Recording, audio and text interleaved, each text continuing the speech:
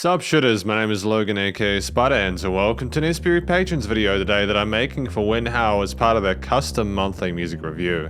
And if we switch over to here, we have ourselves a track on the screen. It is a track by Coldplay titled Fix You. Now, full disclosure, I'm not a massive fan of Coldplay. I know that this is maybe not looking so good coming into it, but I figure it's better to be honest about that.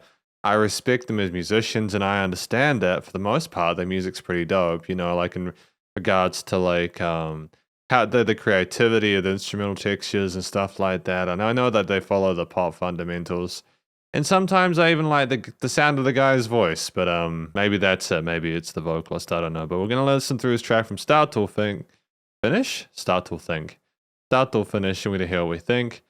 I'm gonna give it my full-on biased opinion. I'm putting my biases away. I'm locking them in a box and now going away, okay? Let's go.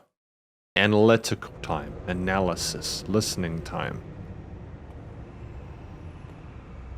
I'm just gonna make sure this is 1080p as well. You know, I am nervous about that. It is 1080p. When did this video come out? It would have been a while ago. I think this is one of their first tracks. When you try your best, but you don't succeed. He looks so young at this point, you know? Get what you want, but not what you need. Like, I like the organ textures with the falsetto voice. So tired, but you can't sleep. I don't like the continued eye contact, though. That's creeping me out a little bit.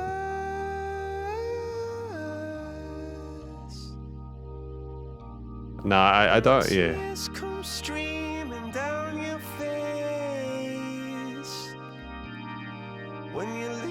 Because is that an additional organ layer there, or is it the same one?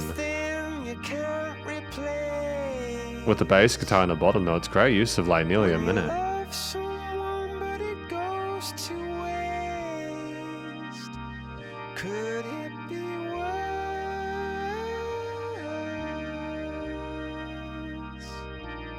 Could it be worse? Lights will guide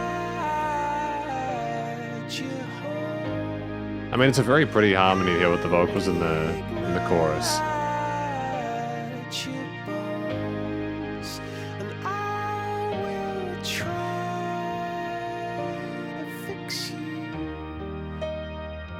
I think the layering of the piano here coming in at this point is great, considering I know that that's one of the instruments. This is like Chris Martin, is that his name, Chris? I know he plays piano. Oh, good job having the guitar come in at that point, eh? I haven't really paid attention to this track in full and listened through it, you know?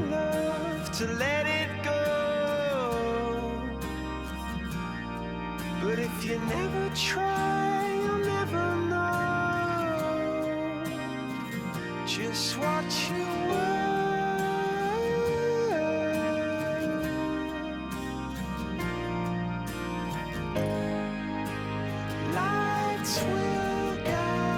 Is this extra vocal layers in a harmony at this point? Are we continuing to build it like a ballad format?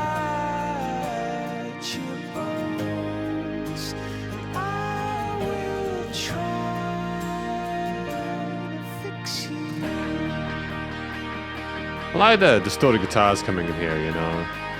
Kind of makes sense for the video, watching him run like that. I like the bit of edginess there, the increase in the intensity, the drama. Although it's a fairly uplifting video and a fairly uplifting message, I suppose, you know, it's one of those situations where, if I'm honest, I'm kind of digging the track so far. You know, that's outside of what I said before about Coldplay. The studio production is solid as well. I like the quietness of the ride hits.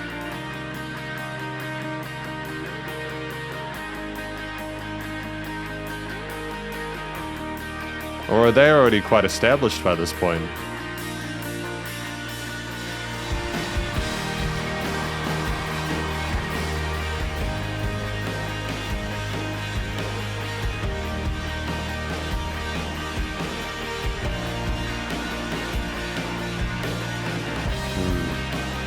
I wonder if the people that listen to this stuff and think it's like really huge sounding listen to music outside of the genre.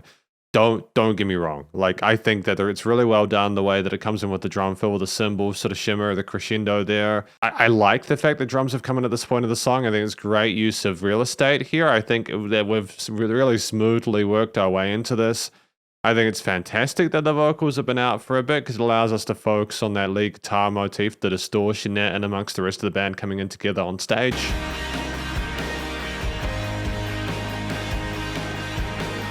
The drum groove itself is kind of dope with those 16ths and the unconventional snare like that and that pattern.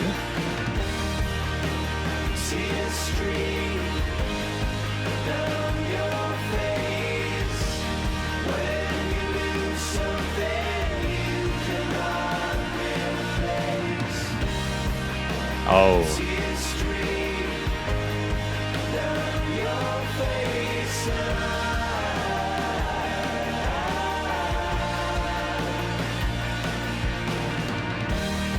Again, I'm actually loving the range of the performance there. I think the warmth of the harmonies between the different singers there coming together. It's like the crowd coming together and everyone just letting people, you know, that you've been taken care of, eh?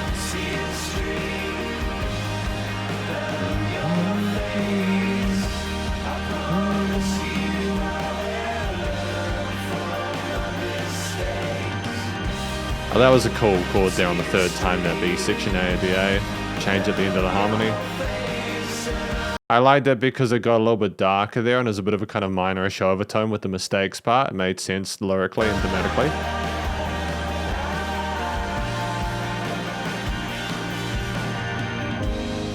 Finishes with piano motif for the vocal part.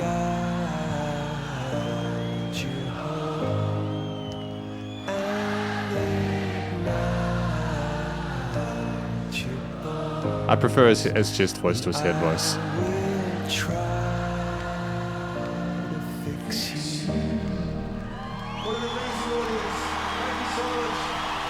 Awesome. Great. Yeah, I'm gonna be honest, I kinda dig that. Because this is my conclusion of my review of this track by Coldplay titled Fix You. Aside from the parts where his face was really close to the camera, you know, those other parts were really dope. I'm trying to find an image of like the crowd. You'll go with that one. That's kind of a fun one. It kind of looks like we're conjoined to the back of our heads. Okay, so we're at the conclusion time. I think this track was about letting you know that no matter what you lose, you know, we get it. We've all lost stuff and we're here for you. We're going to support you. We're going to get through this.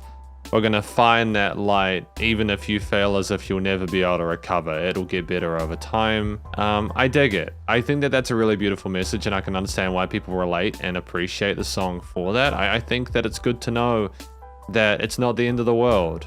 That, you know, you can still find somewhere outside of the darkness that can sort of encapsulate you when you come to a point where you've lost something that important and you regret it or you're sad or your tears streaming down your face. I think that's really vivid imagery at that end part, and I think that that's a really important track to show live because it shows the fans there consoling anyone in the crowd who felt like that. In fact, with the video, I think anyone listening to this or watching the video, you know, you see Coldplay, the dude, alone at the start, and then, you know, he lost something and he was alone and he came on stage and everyone was supporting him like that. So I think that's wonderful.